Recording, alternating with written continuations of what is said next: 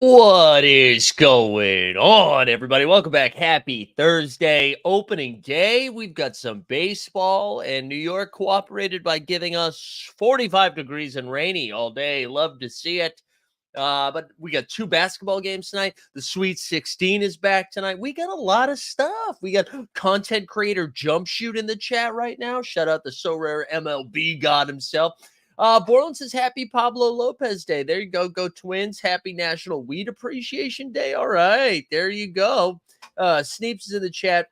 Yeah, Snoopy. Fast Break returns tomorrow, it looks like. So if you're over on the Team Hold So Rare channel, the Fast Break VIP content returns tomorrow. I'm actually going to try to get something up today. I'm waiting to hear back from the Chop Shot team to see if I can get some of that sweet alpha so I can get going. Common Man says, happy birthday to Byron Scott and Hall of Famers Jerry Sloan and Rick Barry.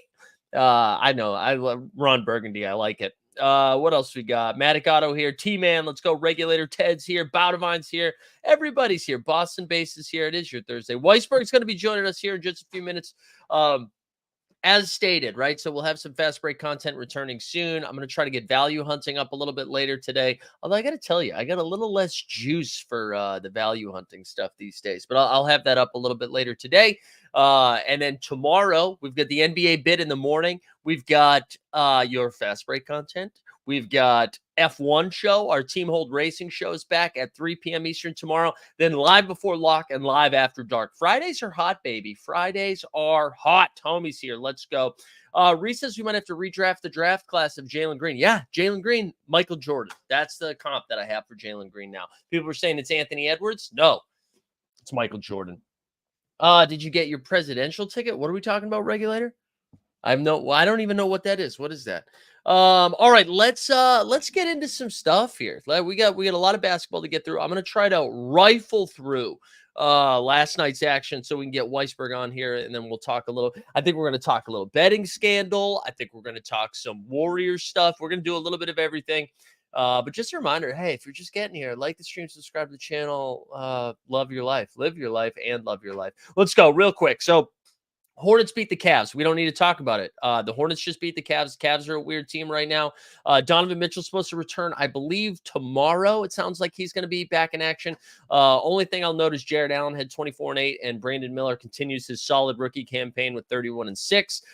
Nets beat the Wizards in overtime. Apparently, Cam Thomas's moment mooned, which I can only imagine means it went from $3 to $5. But the Nets won in overtime. Cammy had 38-7. Jordan Poole also had 38 points. That's fun. Claxton had a double-double. Kuz also had a double-double, 24-10.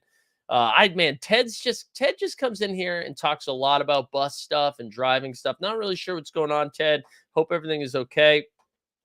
Big fundraiser in New York today. Nah, dude, I don't do anything. You know, my presidential ticket is going to be Chet Holmgren versus Jalen Brunson on Sunday because I'm going to the Garden. All right, who cares about that? Let's see. Hawks beat the Blazers 120-106. I don't think that really matters. You know, the one thing we'll notice, a couple of guys will always get paid here this last stretch of the season, right? They'll get some extra garbage time. Team is tanking. Delano Banton is that guy. He had 31-9-5. He's been awesome lately. So Hawks won this game, though. DeJounte Murray had 30. Good for him. Knicks beat the hell out of the Raptors. I believe it was the highest scoring game the Knicks have had in their franchise. I think that's true. Or maybe on the road, something like that. Anyways, they won a 145-101. Toronto is just straight up unwatchable right now. They really are. But for the Knicks, both of their backcourt combined for, I'm going to try to do math really quickly off the top of my head, 56 points. No, 55 point. Oh, I thought I was going to do it well. Don't it. 55 points. 55, 14, and 4. Brunson had 26-7. Miles McBride, 29-7. Also, some good news for the Bing Bong boys. Mitchell Robinson made his return after missing just months and months and months. Only played, I think, 12 minutes off the bench, but good to have Mitch Rob back. Let's see some other dumb games. The Bulls and Pacers. Dude, I don't understand Indiana. I don't know how, like, they just, they win like crazy road games, right? They'll go to Golden State, win on the road. I thought they beat the Lakers on the road, or maybe they lost a close one. But then they lose to the Bulls by almost 30, 125-99. I want to shout out Andre Drummond, who put up a double-double in 18 minutes. He had 14 and 11. Siakam had 14 and 8. DeMar DeRozan had 27 and 6, and Vooch had 22 and 12. Andrew Nembhard led the scores for the Pacers with 18. So what's going on with that team? No Anthony Davis last night, no problem. LeBron James put up a little trip dub against Memphis Grizzlies. They won 136-124. Bronny had 23, 14, and 12. Rui Hachimura had 32 and 10. D'Lo with 23. Bright spot for Memphis. Desmond Bane finally looked like Desmond Bane again. He had 26, 16, and 4. The Pistons, gosh. The Timberwolves won 106-91. Slow Ant game, but Jaden McDaniels dropped 20 on him. Naz Reid with the 21 and 10. Rudy had 11 and 14. Cade had 32 in the loss. Minnesota has continued to climb up the standings here. They're like a half game back, I think, out of the 1 seed. Just really impressive stuff from them. All right, let's get into some of the better games. Well, no, not yet. Spurs beat the Jazz 118-111. Wemby had 19, 8, and 6. Beware the Sohan had 17 and 9 for the Utah Jazz.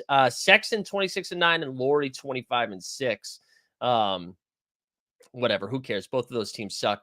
But let's get into the good stuff. Rockets beat the Thunder 132-126 in overtime. No Shai Gilgeous-Alexander. I'd mentioned this in value hunting for the people that are in the VIPs where I typed that stuff up.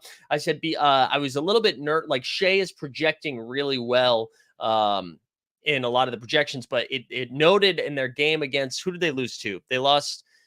Who did they play the other night? Or no, they won the other. Oh, against the Pelicans. After that game, he mentioned that his quad was bothering him a little bit. And I was like, oh, I wonder if they're going to give him a rest soon. And they did. They ended up sitting him down. But Josh Giddey just balled out in this game. He had 31, 7, and 4. But Jalen Green had 37, 10, and 7. In the last 10 games, Jalen Green is averaging just under 30 points a game. It's like 29.8, over 6.5 or 6 boards and 4 dimes a game. Jalen Green is on an absolute heater right now. Just cooking. Boston Base's thoughts on Amin Thompson. He's been awesome. 25, 15, and 4. He's been playing really well. They've been using him as kind of a big with no Şengün lately, which has been fun to see. And Chet had a terrible game in this one too. He fouled out. He only played 18 minutes. I think he had like more turnovers than points last night. Pretty bad stuff. Suns and Nuggets was a fun one. 104-97. Kevin Durant was on a heater. 30 and 13 from him. It was a big win for them after dropping that game to the Spurs, which like you thought that was going to be a win. You thought the Nuggets was going to be a loss, so they kind of offset each other. No Jamal Murray again for this game, but it seems a little bit more precautionary where they just gave him a rest.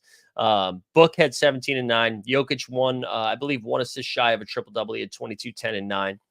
I needed that game to get a little bit closer, and we almost won. I mean, we did win money last night, but almost won a ton.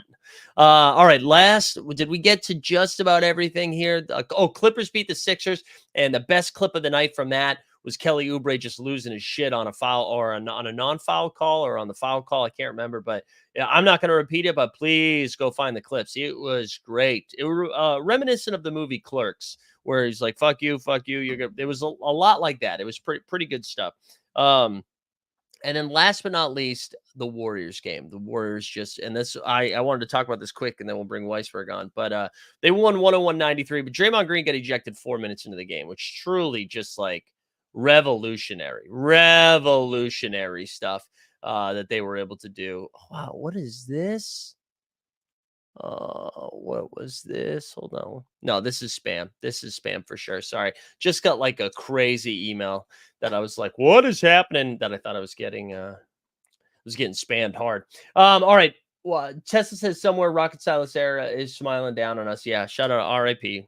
I mean, he's still alive. You get it though. But yeah, Draymond gets kicked out 4 minutes in. Steph and Steve Kerr both look like they were crying at a funeral. It looked bad.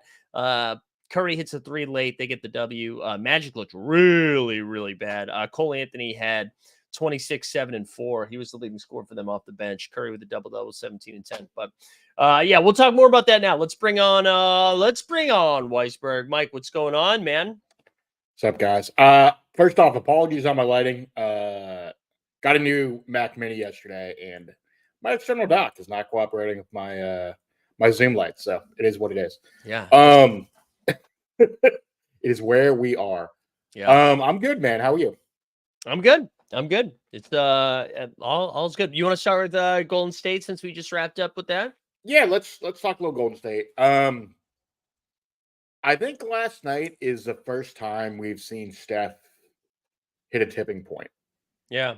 And I don't know if we're at a space where it feels like this is over. And the Warriors are damn lucky they won that game last night.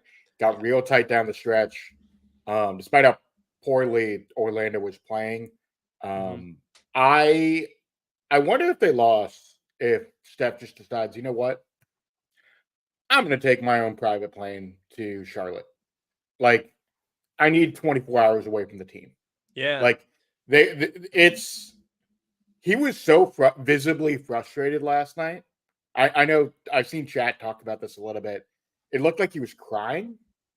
Yeah. Um, Yeah, I saw a lot of people tweet about that. I really didn't think Steph was crying. I didn't. I mean, it just looked like it was sheer frustration. But I didn't think that was actual tear. When he was wiping his shirt like that, I was like, I don't think his eyes were a little red, which it could be contacts, could be a whole lot of things.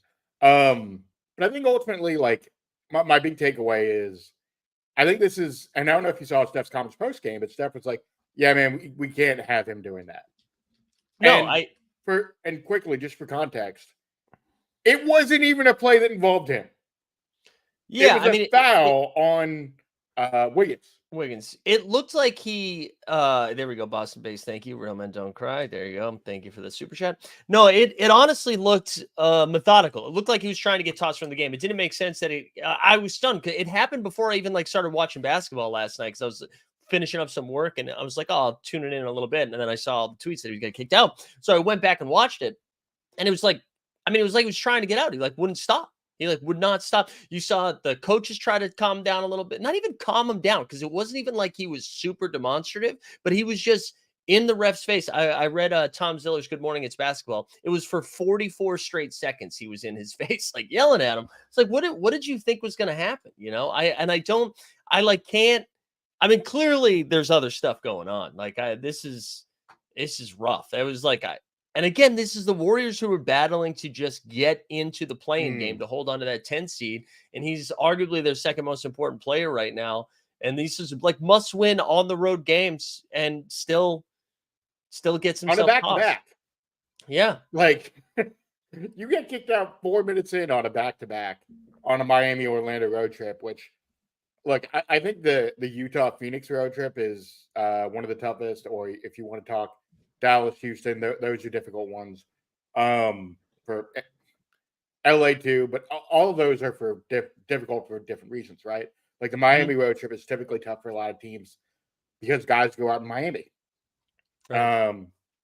But I think the crazy thing to me in watching it is watch Chris Paul.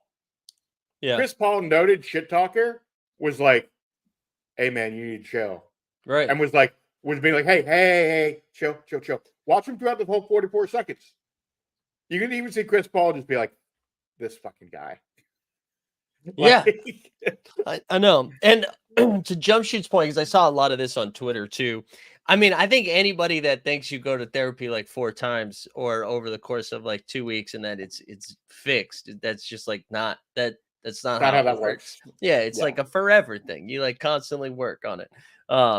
But yeah, I don't know. I don't know if there is something that's almost in the back of the Warriors' heads right now that they're just we don't have a shot. Right. This is there's almost this understanding of this run is done. And that was what I got from this whole last 2 months, but specifically from Draymond getting tossed, Steph's reaction in the moment, and then also post game, Kerr's comments post game. There's this almost not resolve. What's the right word? We're just an understanding, I guess, is the best way I can phrase it. That it might be all done. I feel like there's an unmistakable, to me, it's an unmistakable feeling of this is how it ends. Everyone's kind of looking at each other and they're just oh, this is over in a way that none of us really want to talk about or have a hard conversation about. And I think, Clay's contract is coming up. They just re-signed Kerr, which you and I haven't talked about, but like I thought the number was interesting. Mm-hmm. They gave him his 17.5 mil, but only for 2 years, which Yeah, basically locks him in with with Steph. Dre and Steph. And it's like I I wonder, like, organizationally, if they're okay. Because the rumor for a long time has been Joe Lacob's kid is going to become GM sooner than later. And I think we're going to see a transition much quicker than I think people expect, Yeah. unfortunately. And it's for the Rockets. Look, you talked about it, in your preamble to me coming on, and it's like they're the hottest team in basketball right now. Uh, Jalen Green, post All Star break, you mentioned some of the numbers, but he's 25, 6, and 4 on 46, 41, 83 splits, and that's on high volume from three. Yeah. He's I mean, he's been great. averaging 9 threes a game, He's which been is he's a been lot. he's been great. The Rockets have won 10 in a row. Well, weren't they on gosh, were they on a win streak before dropping that? No, I don't think so. But anyway, 10 in a row. And I mean, they're still a game back from the Warriors now, and they have a much tougher schedule. They do play Golden State one more time. Mhm. But yeah, I mean the evolving Jalen Green has been pretty wild. I did not see this coming. I mean, like we've seen him go on like a 3-4 game heater before, right? Where he drops like 30 and 10 one time or whatever. But the consistency in what's been happening has been great. And I mean, like the athleticism too that he's been like normally whatever you see him like knock down 4 or 5 threes in a game, but he's been attacking the rim. He's just been picking his spots in a way. That's been really impressive. And regulators saying Udoka has never coached a guard like him before, right? Well, I probably not as a head coach, but as an assistant coach in all the different spots, I'm sure he's had some dynamic guards before. But Right. yeah, I mean, I think he's probably closer to like a Tyrese Maxey for him, maybe. yeah, yeah. Because Ime did coach in Philly before coming to Boston, Mhm. and is one of the people who's credited for helping Max's development. For the Rockets, they've won 11 of 12. Their last 10 since Sengun went down. Right.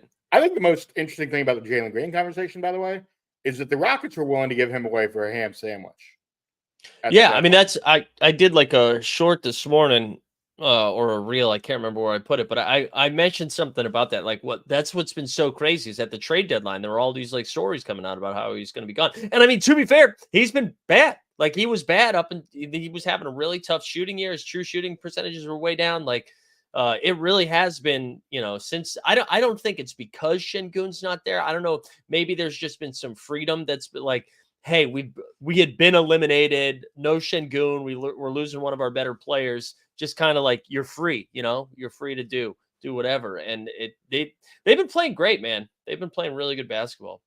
Well, to your point, I think when you watch the Green film, I've watched quite a bit on League Pass over the last couple weeks, and it's like he's making much better decisions in space. Hmm. When he's getting doubled, he's making smarter decisions on when to pass and when to drive. And then the shooting has just been unreal, as Yeah. we touched on. Like he is really taking that leap. And I don't think he has an all NBA case or anything like that. No. But I think it's compelling that they have forced the Warriors into the situation now where I think the best thing for the Warriors, despite the fact they're going to lose their pick, because it's top 4 protected to the Trailblazers. Hmm. Um, I think that their best scenario is if they don't make the plan, Yeah. largely because I think it's going to accelerate the process of like looking yourself in a mirror and just be like, all right, what do we do? Like, how do we proceed from here? Yeah. Yeah. I Because I don't I don't they know. have to make a decision on Wiggins. You got to figure out what you want to do with Clay. Uh, obviously Steph and Kerr are going to be there, but like, I think anyone else on this roster for a $400 million roster that doesn't make the play-in, whoo, Yeah. Joe I Lakers don't, got I to don't be know. pissed. I don't know. I still lean that Golden State makes the plan, but I just don't think it matters. Like I think this team, like you could tell me because of the way the Lakers are built and LeBron and AD, like they get into the 8 seed. I could see them just like giving a team some problems. But I don't think anybody except for the Phoenix Suns in the 7-11 range that I would say have a shot at winning a playoff series. Yep. I don't. I think Phoenix could get hot for a series, and if they're healthy, they could do it. But I don't trust anybody else in that range, and I'm not putting the Mavs in that conversation because I think they're like clearly going to be out of the plan. I just want to share. Good morning, NBA says some say it's because it's the you're going to be a dad effect, taking it more seriously. Well, Maybe depending on how many kids, sure. I know, right? Yeah, If good. you He's know, getting you know. after The one it. other, just quickly, I know we got two other big segments we're gonna hit. I did want to just note on. Sorry, one sec. Something just popped up here.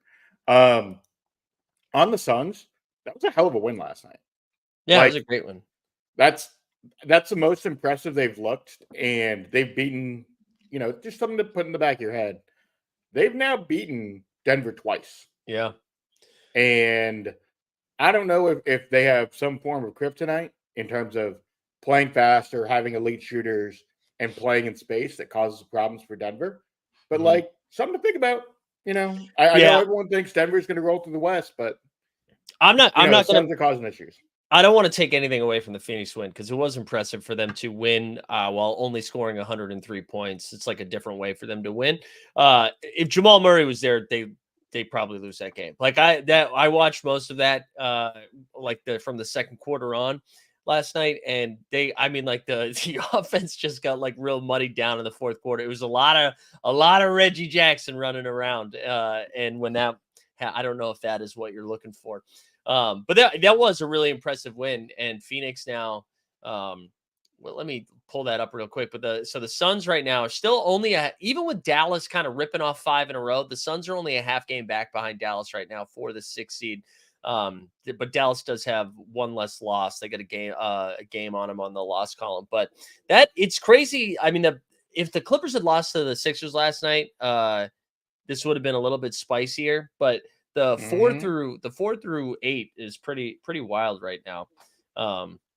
So we'll see. But let's pivot to I know you wanted to talk some Otani and Jonte, so let's pivot to some of that. Yeah.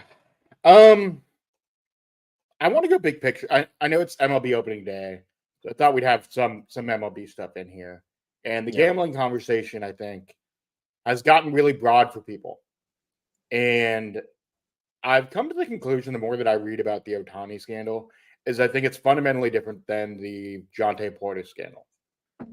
Like, basically, for those that haven't, kind of done further deep dives on the story, just to kind of read the headlines, like his interpreter, Ipe Mizuhara, I hope I'm pronouncing that correctly. Mizuhara apparently met a bookie in 2021 at a poker game hosted by another Angels player. This bookie was a friend of a friend. He wasn't like directly connected to the baseball player uh, who hosted the poker game. And basically, according to the original version of the interview that ESPN had with Ipe, he basically says, "Look, Shohei wasn't aware of this. I started gambling with this particular LA-based bookie, and I got in over my head." Now, the important thing to note here is I think Shohei was in the weirdest position possible. Living in a foreign country, I would argue that Ipe isn't just an interpreter for him; it's his best friend, like closest thing to a significant other. I know he has a girlfriend, but like this person was with him every single day, and the idea that this person would have access to his accounts would make a lot of sense if this person is your right hand person, like Mike. Like we all have close people in our lives, whether it's your significant other or your family members. I don't necessarily share my bank account with my parents, but if something, God forbid, happened to me, they would be in charge of whatever remains, right? And it wouldn't be shocking to me if someone like Shohei entrusted his bank account to this person who is, in essence, his right hand man. Yeah, I Like, mean, I think this. I think you're giving that a lot of. I think you're giving him a lot of credit. I think you're being very generous with it right well, now. here's the other component is apparently in the 24 hours from which ESPN starts doing their reporting, uh, Ipe is the only person communicating with the Dodgers and with the press. So, Mhm. like, Shohei's not really in the loop of any of this. I So, guess if the person who is alleged to have stolen from you is a person doing all of your press communications and is the only person who is dealing with any of it, it would make sense that like he would find out 24 hours later after the interpreter had spoken to ESPN. if they come out and say that he's also his accountant, maybe I would buy this a little bit more. I like, do you know what? Like we've seen accountants or managers screw over athletes before for large sums of money. This is like, to me, it's crazy.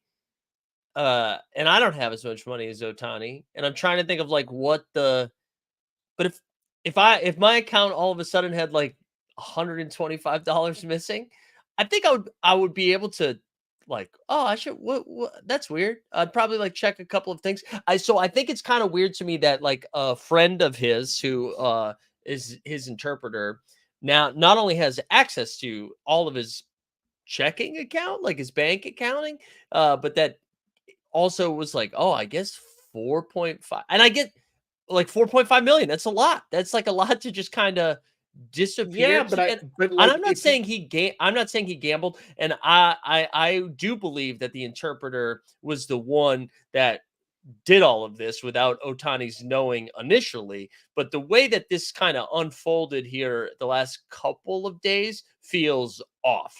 so I think there's two distinctions to make. I think the first distinction to make is it does not shock me in the least that uh I think you were giving athletes a little more credit on being able to handle their money, first and foremost.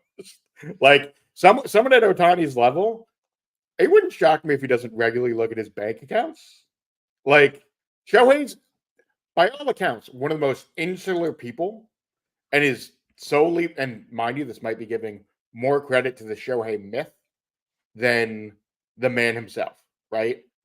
But the myth of him has always been like he's someone who just goes home, plays baseball, does his thing. He's not really focused on the money side of it outside of the fact that his agent and his interpreter do most of the talking for him. So, like, I actually think it's far more likely he got defrauded, didn't realize it. This guy comes to him and is like, "Oh yeah, I did this interview. My bad." And then he think of it this way: the Dodgers were talking to the guy who is now allegedly committed the fraud for the better part of 24 to 36 hours, whatever it was. No one thought, like from a Dodgers perspective, hey, maybe we should get someone else in the room. Yeah. Like maybe someone else who speaks Japanese, we should get them to go talk to Otani and maybe get someone else's side of the story. Because it clearly took that long. Yeah. His agent even didn't find out until 12 hours into it. So like and basically around the same time as he'd given the interview. So to me, it's like on that side of it, I think it's far more likely he ended up having some kind of fraud perpetrated on him. The Jonte Porter thing, look, this is all alleged. Let's be very clear. I think there's a very strong likelihood he did that. Well, I think it's actually all cleared up. Michael Porter Jr. said he doesn't think his brother would do it. He said that last night after the game. He said, "I don't think my brother would do something like that. He enjoys his NBA career." So, I think that case closed. MPJ weighed in. Yeah, I saw the MPJ presser this morning. Side note with the Porter family, you know the other brother just got Yeah. a vehicular DUI, Mhm. um, guilty plea, and I think he's set to be sentenced later this month. Not that it has anything to do with this thing, but just Yeah. providing context for potentially where this is. Um, yeah, I just the fact that he had private premium discords and was getting paid for tips, it would seem pretty likely that what Jonte was doing was maybe he didn't even intend to have this spiral out of control. Like, the most generous interpretation is a couple Discord buddies were like, "Hey, man, uh, what's going on with your team?" And he's like, "Actually, I think that's irritating me. Take some unders tonight." And maybe Yeah. he only intended it for a couple people to know. And then those couple people told a couple people, and it got messy. I think that's the only way that this makes real sense. I don't think he was dumb enough to actively bet on himself. Yeah. Like, I Yeah. think I don't. that's where MPJ is potentially right in talking about his brother.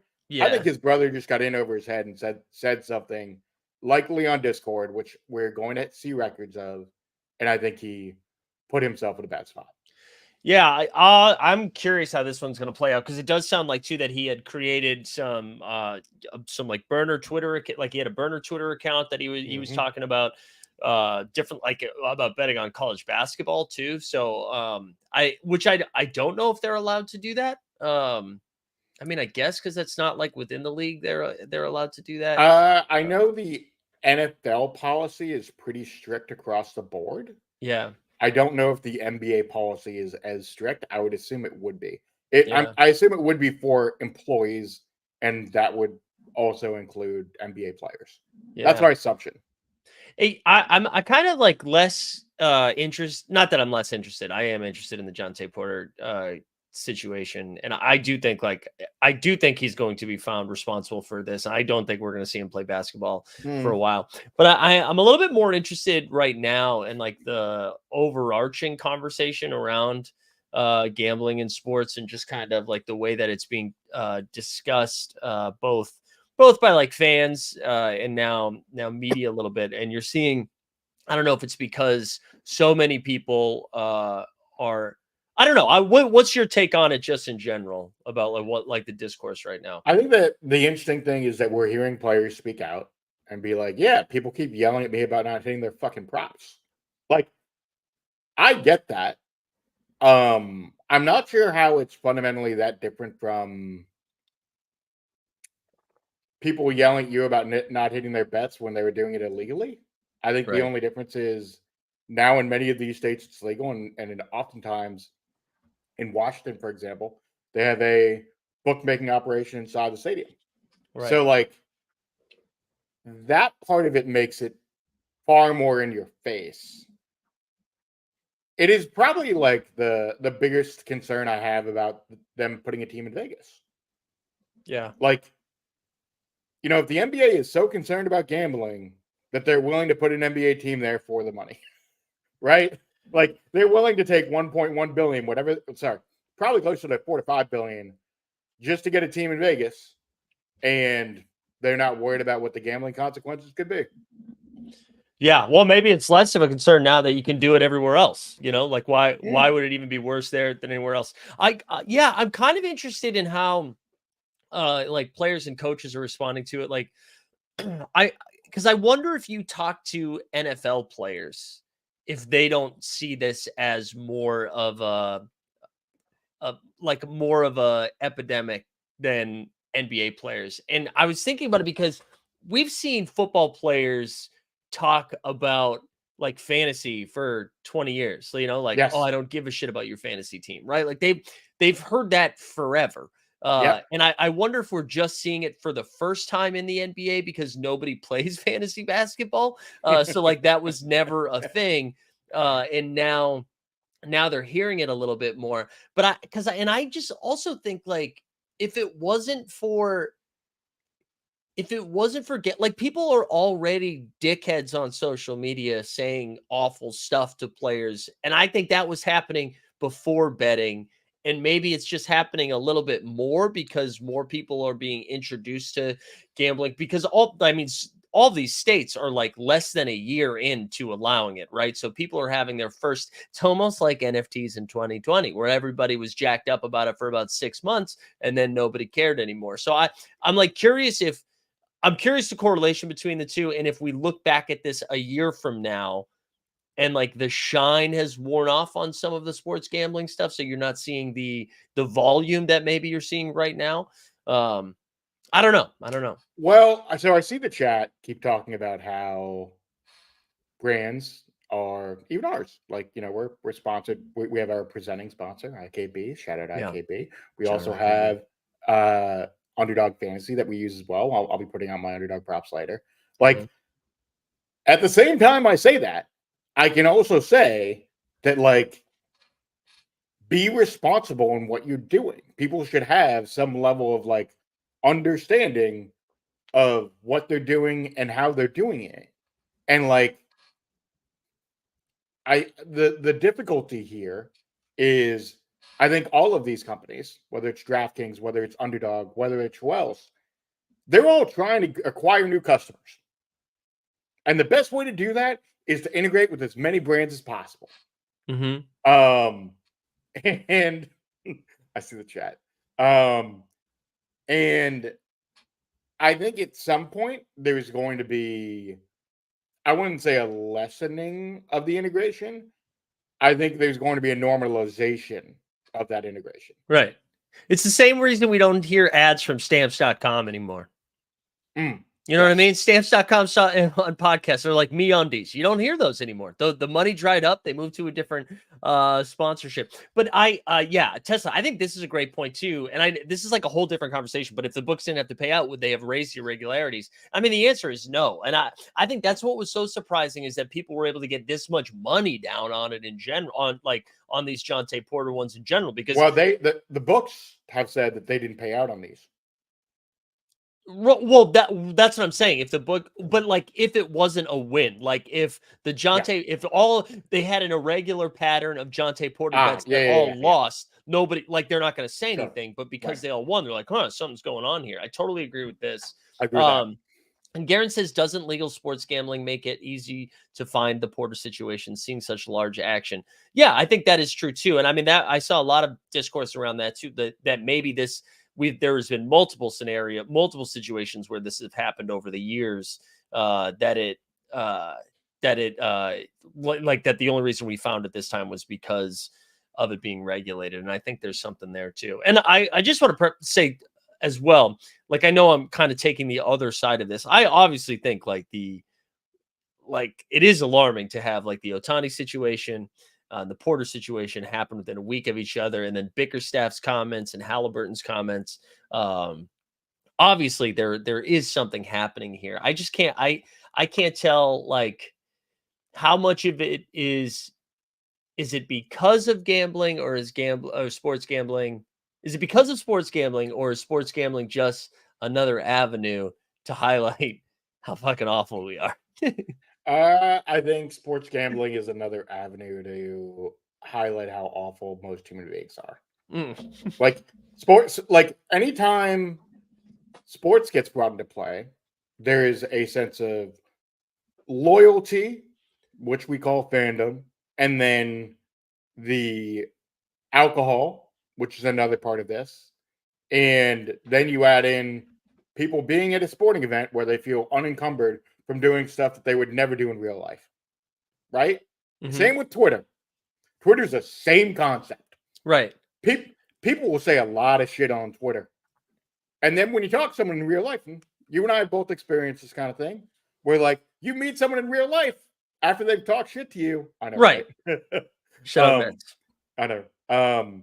And all of a sudden they're like, "Oh no, you're cool," and it's like, "Yeah, no shit." Like, this isn't that hard to figure out.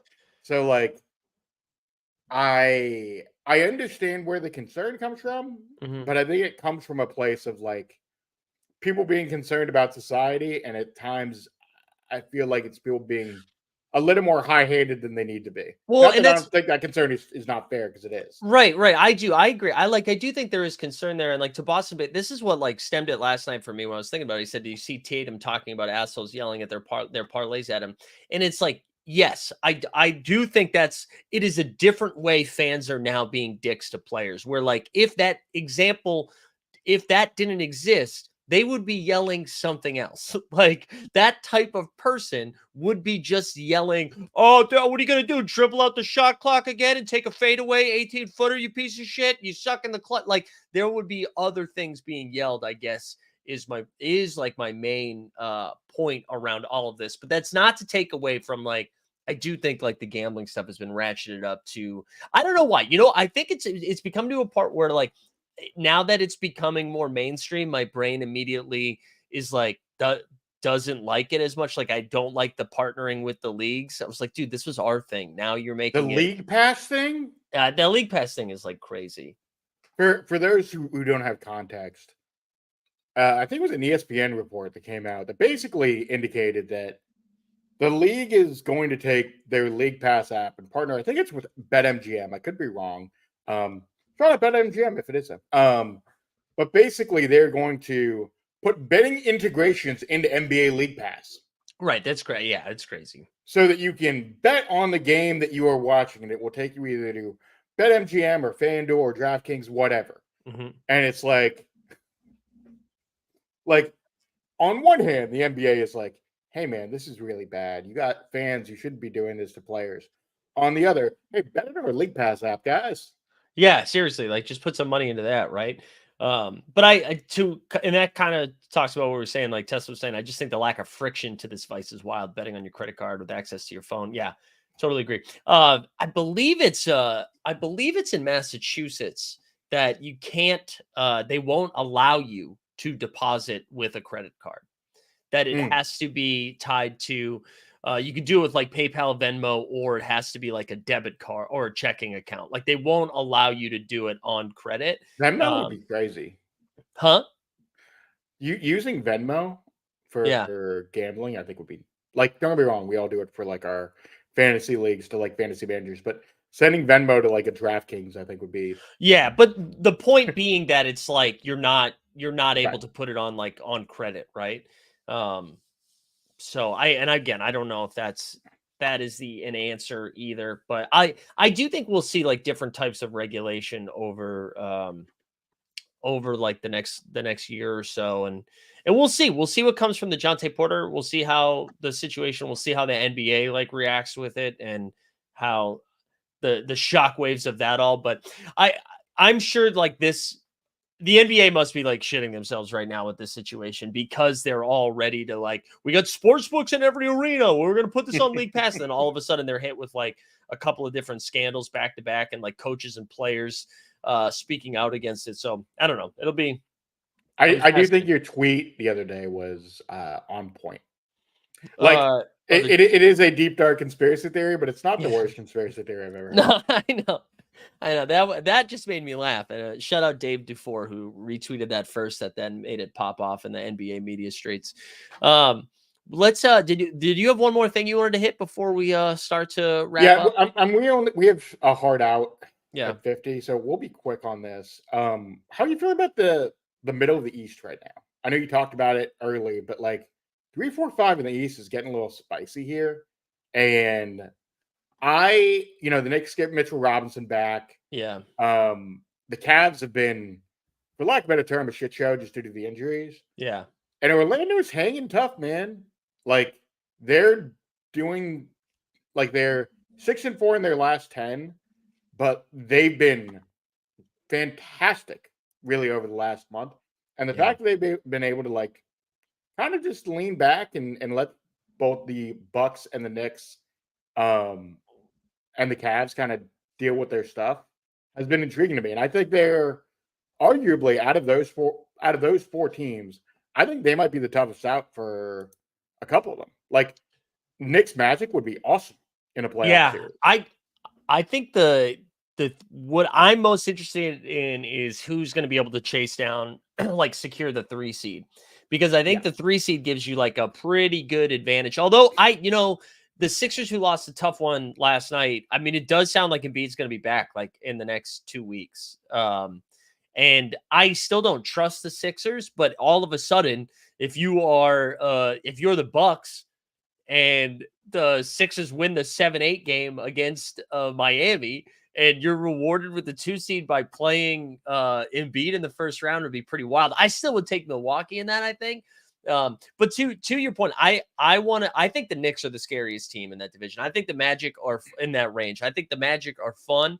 I really enjoy it, but if if Randall and OG are back in time for the playoffs, I think they are the scariest team. They've just got like 7 or 8 guys they can throw at you that all know how to play 48 minutes thanks to Tibbs. Mitchell's already back.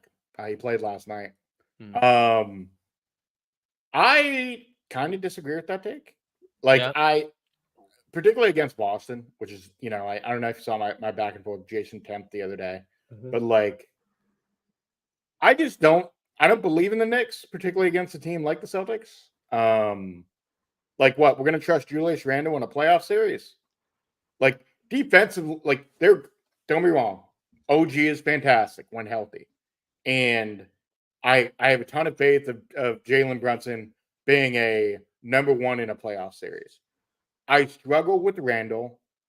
Josh Hart and DDV are nice players, and Deuce McBride has been, a revelation, frankly, over the last month or so. He was awesome last night. But against a team like Boston, they're just going to eat them up from 3. And defensively, the Knicks struggle to score as it is. The Celtics have beaten them 4-0 this year. Yeah. I don't think it'll be a particularly close series. I would say Celtics in 5 for that.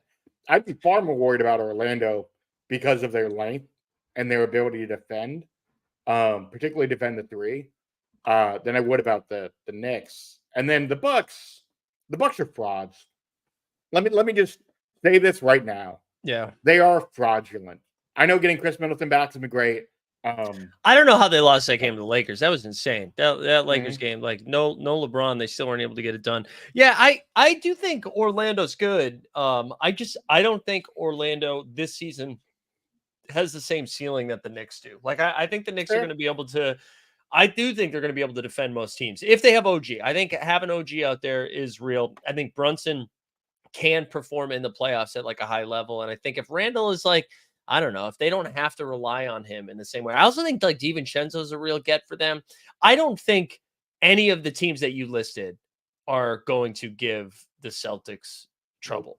I think the Knicks, out of all of them, might push it to 6, but I think 6 is the max on all of them. I don't trust Orlando yet to do it on a consistent basis. I don't think they can just score enough points. But against the Celtics anyways. But we've also seen Boston melt down in weird situations. I just think it's going to be hard for Boston to melt down 4 times out of 7. And until I do still think, I know you said Milwaukee are frauds. Milwaukee has the ceiling to do it. So yeah, we'll see. I'm ready to be disappointed again by Boston. Well, I know we got a hard out in about a minute or so. Yeah. So real quick, jumping on Tandy's show today and jump on Tandy time for a little bit. That'll be at 1 p.m. We'll be talking a little Top Shot, maybe a little fast break, do some floaty giveaways. And then we got playback tonight at 7:30 Eastern, 4:30 Pacific. So awesome. Playback.tv/Team Hold. Hell yeah. Go to Playback. There's a link in the show notes. We'll be back tonight at 7 o'clock. 89 Cavs are here too tonight, so that'll be fun. And then tomorrow, just a whole ton of stuff tomorrow. So get excited. Weisberg, thanks for hanging out, man. Always good to have you on. I did not plug a single thing today. You can find it in the Discord. If you haven't done the IKB stuff yet, we're going to do those giveaways, I believe, tomorrow. So go check that out. And then for Weisberg, for myself, we are out. We will see you tomorrow or tonight.